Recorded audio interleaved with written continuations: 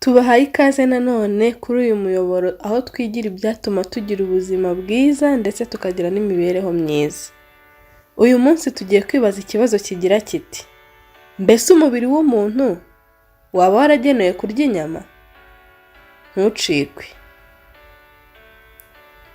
Hakozwe igereranya ry'imiterere y'inyamaswa zirya inyama, izo bita carnivore mu rurimi rw'igifaransa, ndetse n'izirya ibyatsi cyangwa se herbivore, babigereranya n'uko umubiri w'umuntu uteye, bashaka kureba inyamaswa zifite imiterere isa cyane n'iy'umubiri w'umuntu, kugira ngo bamenye niba umuntu byamubera byiza kurya inyama.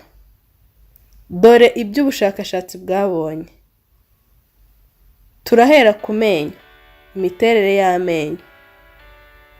Amenyo y'inyamaswa z'indyanyama zifite amabwene cyangwa se canine mu rurimi rw'igifaransa maremare, asongoye ku buryo bizorohera gutanyaguza inyama. Naho indyabyatsi zifite ibijigo cyangwa se morere bikuze neza, bizifasha guhekenya bikanoza ibyo ziriye bigahinduka nk'igikoma. Naho umuntu afite amabwene mato cyane ugereranije n'ay'inyamaswa z'indyanyama, akanagira ibijigo bijya kumera nk'iby'indyabyatsi, bimufasha gukanjakanja ibimera nk'imboga ndetse n'ibinyampeke. Tujye ku misaya cyangwa se mâchoire.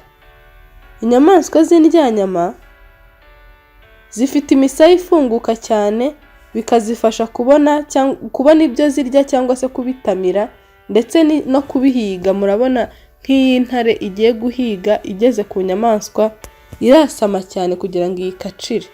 Inyamaswa z'indyanyama zifite imisaya yasama cyane. Indyabyatsi, imisaya yayo iteye mu buryo guhindukira ijyana mu mpande y'iburyo n'ibumoso biyifasha, ndetse no hasi no hejuru, kugira ngo ivangavanga amacandwe mu byo yariye. Naho umuntu, imisaya ye ishobora kujya mu byerekezo byose nk'iy'indyabyatsi. Tujye ku macandwe. Amacandwe y'inyamaswa z'indyanyama afite pH iri acide. pH ni urugero bapimamo acidite y'ibintu, biyifasha gutunganya inyama cyangwa se digérer la viande.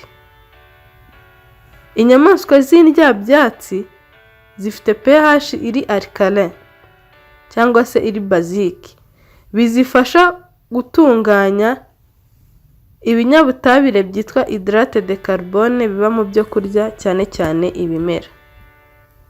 Umuntu, amacandwe ye ari alkaline nayo nk'ay'indyabyatsi. Ikindi ni uko afite imisemburo mvuzo cyangwa se enzyme yitwa amylase na ptyaline. Iyo misemburo mvuzo yombi ikaba ariyo itangira digestion y'ibinyamasukari iremereye cyangwa byitwa amido cyangwa se starch mu Cyongereza. Ibyo biboneka gusa mu byo kurya by'ibimera. Reka dusoreze ku mara. Amara y'indyanyama ni magufi cyane ugereranyije n'ay'indyabyatsi. Ibi bisobanuye ko inyama zigomba gucagagurwa zigasohoka vuba cyane, kuko gutindamo zikahaborera zahatera uburozi bwica inyamaswa. Amara y'indyabyatsi ni maremare cyane, bituma ibyo kurya bitindamo hafi iminsi 3, kuko ibyo kurya by'ibimera bisaba igihe kirekire ngo bikorerwe igogora, kandi gutindamo kwabyo nta burozi bitera, kuko bitabora ngo bimere nk'iby'inyama. Indyabyatsi ziriye inyama kandi zifite amara maremare, uburozi izo nyama zabyara muri iyo minsi yose zamaramo byakwangiza iyo nyamaswa. Umuntu we, amara ye asumba ay'indyanyama kandi akanaba maremare nk'ay'indyabyatsi.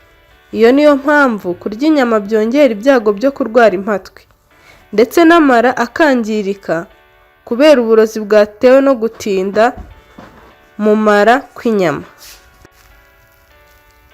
Ibi ngibi bisobanuye yuko hari benshi bagiye barwara amara akabora bakayaca, byaratewe n'uko bariye inyama nyinshi zikagenda zikayangiza, bikaba ngombwa ko bayakata akaba magufi, ahaboze bakahakuraho. Ikibazo twibazaga rero kivuga ngo mbese umubiri w'umuntu waba waragenewe kurya inyama? Buri wese akurikije ibyo twarebeye hamwe byabonywe n'abahanga bize ubumenyi bw'umuntu ndetse n'ubw'inyamaswa yakisubiza. Niba ushaka kudusangiza igisubizo cyawe wandike muri comments. Naho ubutaha tuzakomeza kubagezaho ibiganiro bibagirira akamaro. Abashaka kumenya byinshi muzasome igitabo cyitwa Croquer la vie cya Dr George Pamplona Roger. Naho ubutaha.